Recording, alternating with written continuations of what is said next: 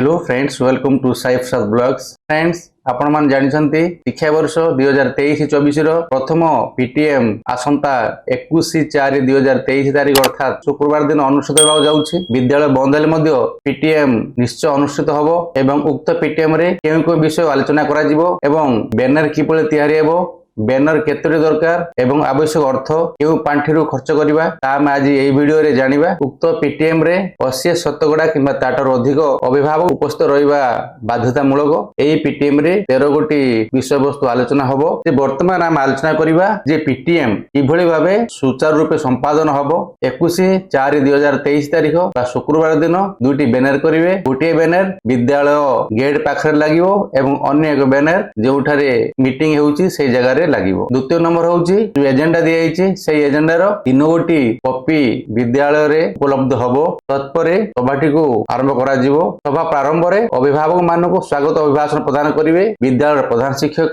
एवं शिक्षक माने। एही दिन सब शिक्षक उपस्थित रहिबा बाध्यतामूलक। 2 नंबर रे शैक्षिक कैलेंडर 2023-24 विषय कुआ जिवो। एही शैक्षिक कैलेंडर 2023-24 दुईटी भाग व्यक्त होईछि। गोटे शैक्षिक कैलेंडर एलिमेंटरी पई एवं अन्य एक शैक्षिक कैलेंडर सेकेंडरी पई बा प्राथमिक ओ माध्यमिक श्रेणी पई। एईठारे जो विषय दियाइछि से विषय रे आलोचना करा जिवो एवं एथिरे अछि 2023-24 शिक्षा वर्ष निमंते उभय प्राथमिक और माध्यमिक श्रेणी पई शैक्षिक कैलेंडर जारी करा जाइछि। एई शैक्षिक कैलेंडर रे पाठ्यदान दिवस, छुट्टी दिवस, विभिन्न कार्यक्रम पालन दिवस, अभिभावक शिक्षक विद्यालय परिचालन और उन्नयन कमिटी शिक्षक मानकर बैठक गुटिक सूचित करा जाइछि। अर्थात विद्यालय रे जो कार्यक्रम हबो पाठ्यक्रम पाठ्य कार्यक्रम एवं अतिरिक्त पाठ्यक्रम संपर्कित समस्त सूचना दिया जाइछि। ए विषय रे पुंखानुपुंख आलोचना हबो। तत्परे 3 नंबर अछि छात्र छात्री मानको मागणा रे पाठ्य पुस्तक जोगाण। अर्थात सरकारी किंबा सरकारी अनुदान प्राप्त विद्यालय पढुथबा प्रथम श्रेणी अष्टम श्रेणी पिला मानक पई मागणा रे पाठ्य पुस्तक सरकार जोगाई देउछंती। ए वर्ष अधिकांश बही मिली सारिछि, जा किछि बही मिलिनी ता यथाशीघ्र जोगाई दिया जिवो। ए कथा को मीटिंग रे आलोचना करा जिवो। तापरे 4 नंबर अछि प्रवेश उत्सव और पूर्ण उपस्थान दिवस। आपण मान जानिछंती जे चलित शिक्षा वर्ष 3/4/2023 ठारू आरंभ हला एवं एई 3/4/2023 ठारू 11/4/2023 जाए प्रवेश उत्सव धूमधाम रे पालन करि आसुछु। एई प्रवेश उत्सव रे 6 ରୁ 14 वर्षर समस्त पिला विद्यालय रे नाम लेखिया पई बाध्य अटंती एवं 12/4/2023 तारिख को पूर्ण उपस्थान दिवस रूपे बछा जाइतिला, किंतु सूर्य प्रखर ताप जोगु उक्त दिवस टी छुट्टी रहितिला एवं पूर्ण उपस्थान दिवस परे पालन करा जिवो। तापरे अछि 5 नंबर शिक्षा सचेतनता रथ परिक्रमा। सप्ताहव्यापी 30 जिला एवं 314 ब्लॉक को और 2टी सहरांचल साधन केंद्र रे शिक्षा सचेतनता रथ परिभ्रमण करा जायतिला। एई रथ परिक्रमा मुख्य उद्देश्य होउची अभिभावक मानको शिक्षा विषय रे सचेतनता कराइबा। ए कथा मध्य मीटिंग रे आलोचना करा जिवो। 6 नंबर अछि पिला मानको शिक्षण अभिवृद्धि निमंते ग्रीष्म अवकाश रो गृह कार्य। चलित वर्ष एप्रिल 3 तारिख रु नूतन शिक्षा वर्ष आरंभ होइतिला। मात्र प्रबल ग्रीष्म प्रभाव को आखि आगे रखी 11/4/2023 तारिख ठारू सखालिया स्कूल जाइतिला एवं एई सखालिया स्कूल रे समय थिला सकाळ 7टा रु 11:30 जाए। एवं तत्परे ग्रीष्म प्रभाव को आखि आगे रखी राज्य सरकार 12/4/2023 ठारू 16/4/2023 जाए विद्यालय को बंद करथिले एवं पुणी विद्यालय 17/4/2023 तारिख रे खोला हला।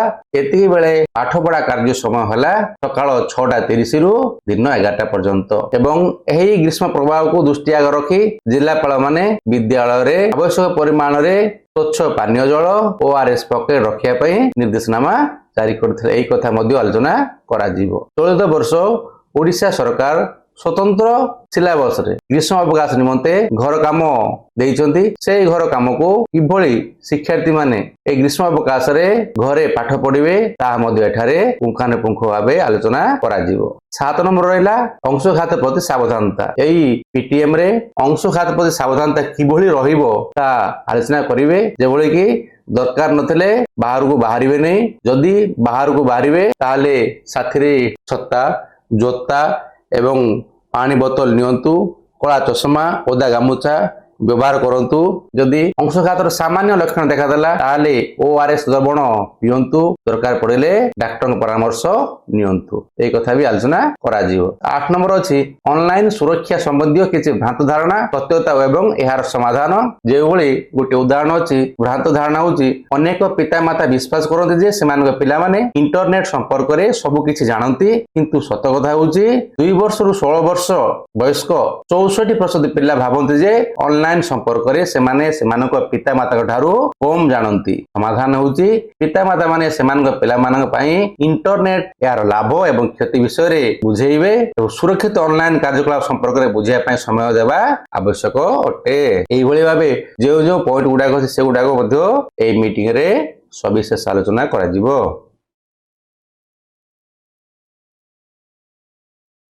तो रहा ऑनलाइन सुरक्षा एई ऑनलाइन सुरक्षा विषय रे मीटिंग रे पुंखानुपुंख आलोचना करा जिवो पितामाता किछि उपादेय तथ्य दिया आइछि एगुडाकू सेमानकू भल भाबे बुझाई दिया जिवो। तापर अछि 9 नंबर अभिभावक मानक पई साइबर सचेतनता अभिभावक मानक पई साइबर सचेतन होउछि अभिभावक माने किभली सेमानक पिला मानकू साइबर ठके रक्षा करि परिबे ता एही पीटीएम रे आलोचना करा जिवो एठारे जेउ विषय दिया आइछि से विषय पुंखानुपुंख भाबे आलोचना तत्पर अच्छी मौलिक साक्षरता और संख्या ज्ञान उपर सचेतनता कार्यक्रम आमर जो FLN चली मौलिक साक्षरता और संख्या ज्ञान उपर अभिभावक मानक विस्तृत भाव कह बाल बाटिका पिला भी अच्छी जहाँ दिखाई मौलिक साक्षरता लक्ष्य बाल बाटिका पिला मौखिक भाषा ये पठन लिखन सांग एवं शिक्षक मान सहित कथबार्ता करे गीत एवं कविता बुझिकी गाए ये हूँ आपंकर साहित्य बा ये हूँ आप भाषा ये पठन करि पारथु लिखन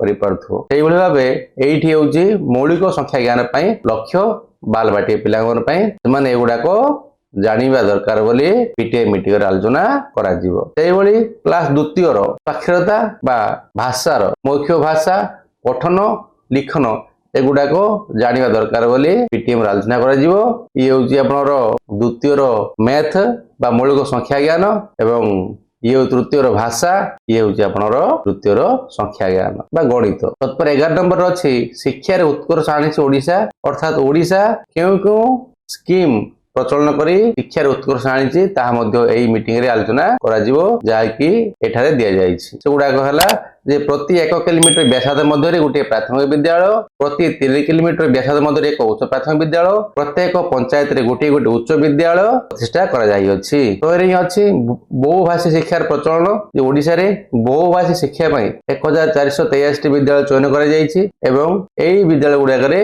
छात्र छात्री माने निज मातृभाषा सह ओडिया पढिबार सुयोग पाइथांती तत्परे सीजनल हॉस्टल व्यवस्था अर्थात सीजन देखिकी जेउठारे हॉस्टल अछि से जिल्ला गुडा गला बरगढ़ बलांगीर कलाहांडी मयूरभंज और नुआपड़ा भली माइग्रेशन प्रोन जिला मानकरे 100% साक्षरता पई ओडिसा प्रथम राज्य भाव में सीजनल तथा ऋतुभित्तिक हॉस्टल प्रचलन करिसंती ये भी आलोचना करा जिवो शिक्षा क्षेत्र में वैप्लविक परिवर्तन आनी 5T उच्च विद्यालय रूपांतरीकरण अर्थात 5T माध्यम रे किभली विद्यालय गुडा रूपांतरित होईची ता मध्ये एई पीटीएम रे आलोचना करा जिवो तत्पर अछि पुरातन छात्र मानकु विद्यालय सह जोडुची मो स्कूल अभियान माध्यम रे किभली गोटे विद्यालय से मानक पुरातन छात्र मानकु डाकी तांको सह उत्तम संपर्क रखि पारुची एवं विद्यालय उन्नति करि पारुछन्ते ता मध्ये एठारे आलोचना करा जिवो ओडिशा आदर्श विद्या संगठन बा OAVS CBSE पाठ्यक्रम अनुसार गुणात्मक शिक्षा जोगाई दउची जाकी शिक्षार्थी माने इंग्लिश मीडियम रे पाठ पढुचन्ती 313 ब्लॉक रे 315 टी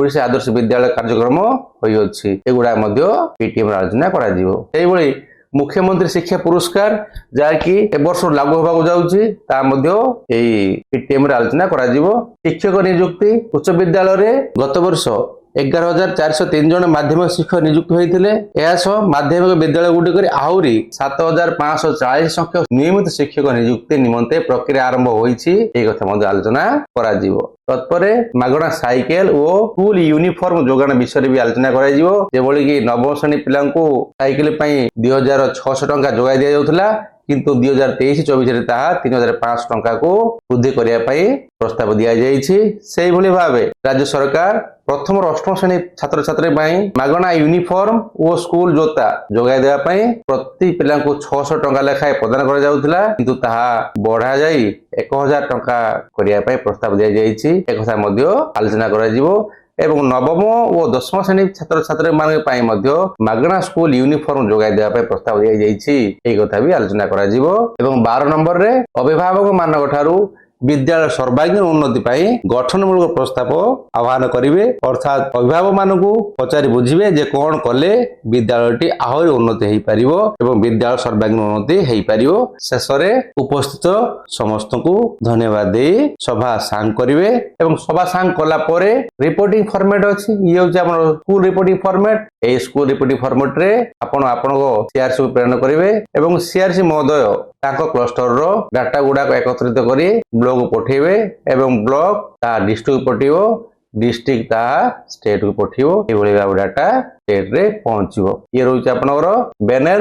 ବ୍ୟାନର ଏଇଭଳି ଭାବେ ହେବ ଯାହା କୁହାଯାଇଥିଲା ଯେ 2ଟି ବ୍ୟାନର ହେବ ଏବଂ ଏଇ ପ୍ରକ୍ରିୟା ପାଇଁ ଯେଉଁ ସବୁ ଅର୍ଥ ଖର୍ଚ୍ଚ ହେବ ତାହା ଆପଣ ସର୍ବାଧିକ 750 ଟଙ୍କା ଖର୍ଚ୍ଚ କରିପାରିବେ ଏବଂ ଏହା ବିଦ୍ୟାଳୟ ପରିଚାଳନା କମିଟି ପାଣ୍ଠିରୁ ଖର୍ଚ୍ଚ କରିବେ, ଯାହାକି 2023-24 ପାଇଁ ମଞ୍ଜୁର ହେବ। ଫ୍ରେଣ୍ଡସ୍, ଆପଣମାନେ ଜାଣିପାରିଲେ ଯେ ପିଟିଏମ ରେ କେଉଁ କେଉଁ କଥା ଆଲୋଚନା କରାଯିବ ଏବଂ କେତେ ପାଣ୍ଠି ଖର୍ଚ୍ଚ ହେବ ଏବଂ ଉକ୍ତ ପାଣ୍ଠି କେଉଁଠାରୁ ଭରଣା କରାଯିବ। ଆପଣମାନେ এইଭଳି ଭିଡିଓ ପାଇବା ପାଇଁ ମୋ ଚ୍ୟାନେଲକୁ ଲାଇକ୍, ସେୟାର ଏବଂ ସବସ୍କ୍ରାଇବ କରନ୍ତୁ। ଆଜି ପାଇଁ ରହିଲି, ନମସ୍କାର, ଧନ୍ୟବାଦ।